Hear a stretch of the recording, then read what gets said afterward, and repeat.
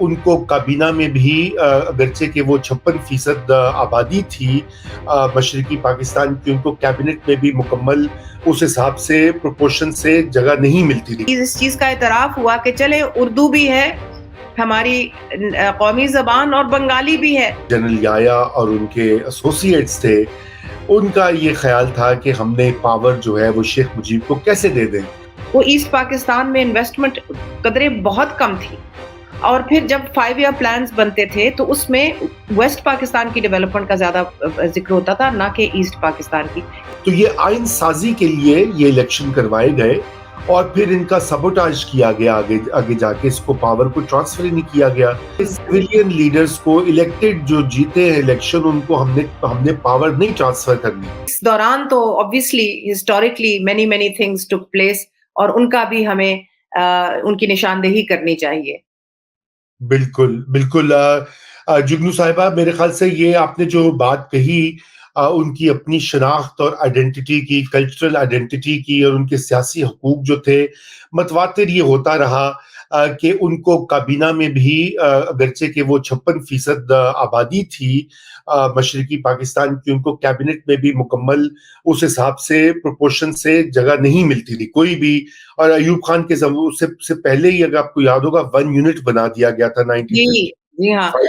یہاں میں آپ کی قطع کلامی کرتی ہوں. آپ نے کابینہ کی بات کی رضا. کابینہ میں یاد رہے کہ کچھ پنجابی تھے، کچھ اس کے اندر پٹھان تھے، ابتدائی کابینہ جو بنی، اور یو پی جو کہ پاکستان کا حصہ نہیں تھا، وہ اردو سپیکنگ جو لوگ تھے وہ اکثریت میں تھے، اور ایسٹ پاکستانی نام کے تھے، یعنی کہ نام کے برابر 1-2 وہ تھے. اور پھر جب وہاں پر یہ امتیازی سلوک شروع ہوا، جب لینگویج رائٹس وغیرہ شروع ہوئے اور انہوں نے اپنی مادری زبان کے لیے جدوجہد شروع کی، تو 1956 کی جو کانسٹیٹیوشن ایک بنی، عبوری آئین جسے ہم کہتے ہیں، پینڈنگ الیکشنز، تو اس میں یہ ریکگنائز ہوا، یہ چیز، اس چیز کا اعتراف ہوا کہ چلے اردو بھی ہے ہماری قومی زبان اور بنگالی بھی ہے. اور پھر ایوب خان صاحب نے آ کے 1958 میں وہ عبوری کانسٹیٹیوشن بھی ایبروگیٹ کر دی، وہ سب کچھ سلب ہو گیا. اور اس کے بعد جو ہے نا، وہ ایوب ڈیکیڈ کے اندر جو اصل امتیازی سلوک اور اس کے بعد جو سارا کچھ نمایاں ہوا، وہ پھر 1971 تک ہمیں لے آیا. جی بالکل، 1971 تک ہمیں لے آیا. اور میں دیکھیں نا، یہی باتیں ہیں، یہ بہت بہرحال میں سمجھتا ہوں کہ افسوسناک واقعہ ہے 1 یونٹ کا بننا. اس سے بنگالیوں کا احساس محرومی اور بڑھا. لیکن بہرحال یہ اچھی بات ہوئی کہ سب سے پہلے جسے کہتے ہیں جو الیکشن 1970 میں اس کا انعقاد ہوا پاکستان بننے کے بعد، یہ پہلا جنرل الیکشن تھا. جنرل ایوب کو ہم نے ڈسکس کیا تھا ناظرین پچھلے ایپیسوڈ میں، کہ ان کو پھر یایا خان نے اور ان کے جو رفقا کار جنرلز تھے، انہوں نے خود ہی فارغ کر دیا، اور خود یایا خان نے اقتدار کو لے لیا، حاصل کر لیا، اور وہ مارشل لاء ایڈمنسٹریٹر بن گئے. اور اس کے بعد انہوں نے کہا کہ ملک میں ایک الیکشن کرایا جائے گا جس کے روح سے نیا آئین بنے گا. اور اب معاملہ یہ ہے کہ وہ الیکشن تو شروع ہو گئے، اس کا انتظامات تو ہو گئے، لیکن ہماری جو تھی اس وقت کی ایجنسیز، ان کا یہ خیال تھا کہ وہ اس کو مینج کر لیں گے، اپنے جو پراکسیز اور اپنے پرانے as always. تو انہوں نے کہا کہ جی ہم اپنی مرضی کی جو ہے نا وہ لے آئیں گے. لیکن وہ یہ بھول گئے کہ پچھلے جو 10 سال ہم نے جس کا پچھلے ایپیسوڈ میں ذکر کیا، اس میں جو اکنامک انیکوالٹی بڑی تھی، جو اس میں پولیٹیکل جو ہے کیا کہتے ہیں آئسولیشن یا ایکسکلوژن ہوئی بہت سارے لوگوں کی، خصوصاً مشرقی پاکستان میں رہنے والے لوگ، اور ادھر ویسٹ پاکستان میں جو غریب طبقہ تھا، مڈل کلاس طبقہ تھا، وہ سخت غصے میں تھا. اور انہوں نے ذوالفقار علی بھٹو اور شیخ مجیب الرحمان کی طرف دیکھا ایز دیئر لیڈرز. اور 1970 کا الیکشن اسی وجہ سے جے ایم آپ مجھے ذرا بتائیں کہ وہ الیکشنز کے ڈائنامکس کے حوالے سے تھوڑی بات کرتے ہیں اور پھر آگے بڑھتے ہیں. جی رضا، یہ الیکشنز کے ڈائنامکس سے بات کرنے سے پہلے تھوڑا سا یہ ہم کر لیں بات کہ عوامی लीग जो थी वो एक्चुअली मुस्लिम लीग का हिस्सा थी। मुस्लिम वो जो सारे लीडर्स थे वो मुस्लिम लीग के ही लीडर्स हुआ करते थे। लेकिन जब ये इम्तियाजी सलूक शुरू हुआ तो उन लोगों ने अपने आप को अलहदा करके instead of the Muslim league they became the Awami league. उसमें मौलाना भाषानी थे, उसमें मुजीबुर रहमान उस वक़्त शेख मुजीबुर रहमान स्टूडेंट लीडर हुआ करते थे। इन लोगों ने इकट्ठे होके फिर ये अवामी लीग बनाई। और ये जो अवामी लीग बनी, इसने वहाँ पर अपने हकूक के लिए जब जद्दोजहद शुरू की तो उन्होंने यही बात की कि इकोनॉमिक डिस्पैरिटी ग्लेयरिंग थी, यानी साफ ज़ाहिर थी कि जूट की मिलें जो थी वो वेस्ट पाकिस्तान के जो थे सरमायाकार, हालाँकि उनकी कुछ की तो बंगाल में ही ओरिजिन्स थी, लेकिन ट्रांसफर ऑफ कैपिटल जो था, जो सरमाया जो कमाते थे, वो वेस्ट पाकिस्तान में लगता था। फिर जो एड आती थी, जो कि यूनाइटेड स्टेट्स ऑफ अमेरिका से उस वक़्त आपको याद होगा हमने ये ज़िक्र किया था पिछले जी, एपिसोड में, वो जी। ज़्यादातर वेस्ट पाकिस्तान के इंफ्रास्ट्रक्चर पे लगती रही।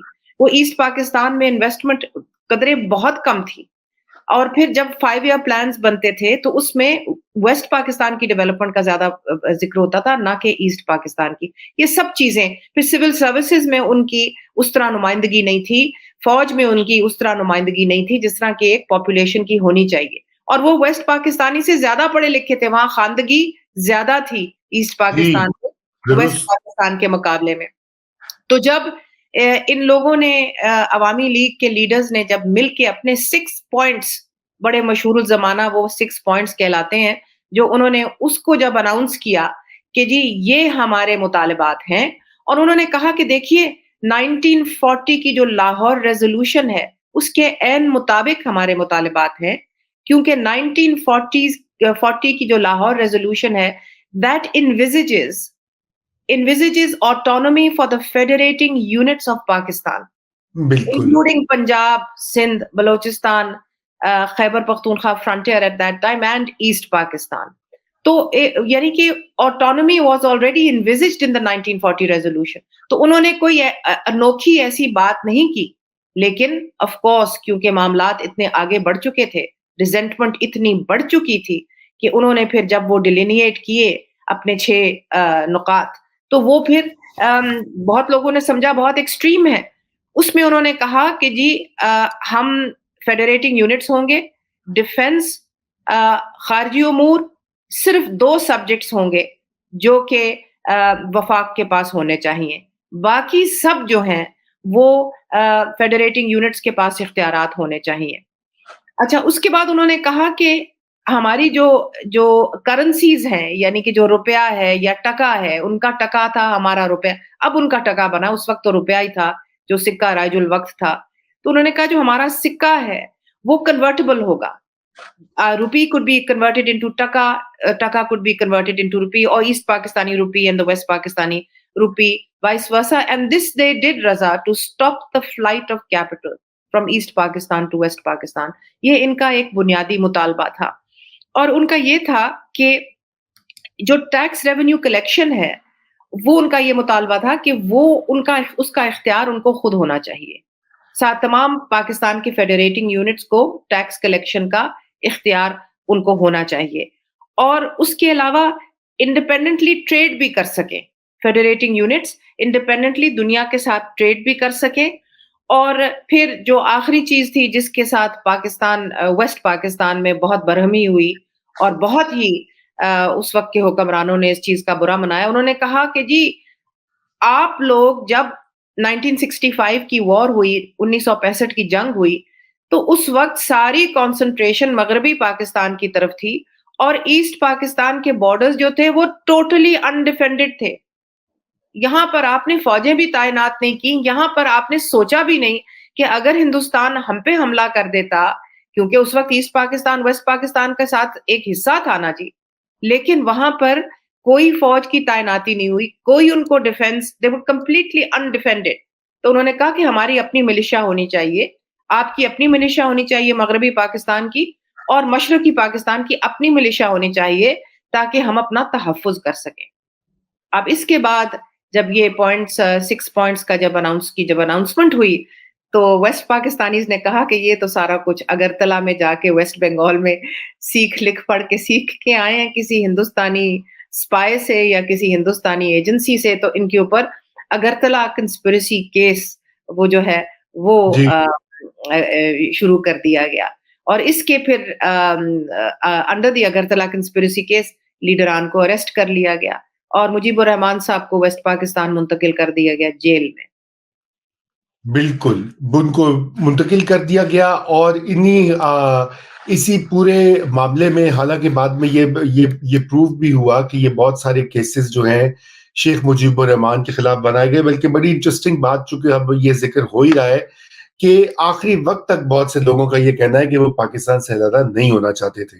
जी, तो ये बार्गेनिंग पोजीशंस थी, मैक्सिमलिस्ट पोजीशन थी, जिसके थ्रू वो चाह रहे थे कि आपने जो 6 नुकात का जिक्र किया, जिसको कि मगरबी पाकिस्तान में बहुत बुरा भला कहा गया और गद्दारी से जोड़ा गया, तो वो हुआ। लेकिन 70 के इलेक्शन जब हो गए तो इधर स्वीपिंग मेजॉरिटी शेख मुजीबुर रहमान को मिली मशरकी पाकिस्तान में, इधर जी, भुट्टो साहब को। 163 सीट्स से में से 160 वो ले गए रज़ा।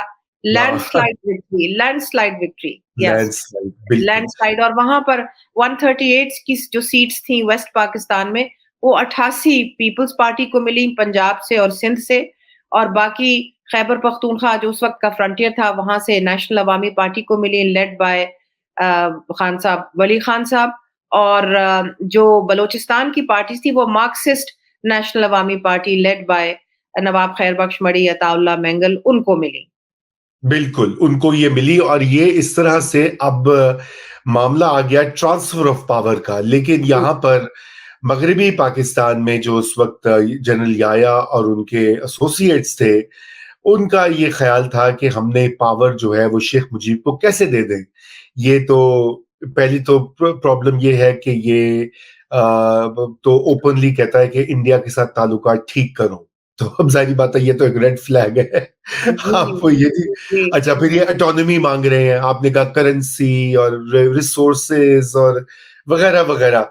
तो ये सारे मामलात में डिले करते गए कि कौमी असेंबली का इजलास, जो कि उस वक्त कंस्टिट्यूएंट असेंबली थी जिसने आइन बनाना था, नाजरीन, उस असेंबली का सबसे पहला काम ये था कि चूंकि पाकिस्तान में आइन कोई था ही नहीं जो फंक्शनल आइन हो, उससे पहले एक लीगल फ्रेमवर्क ऑर्डर जनरल याया ने इशू किया था।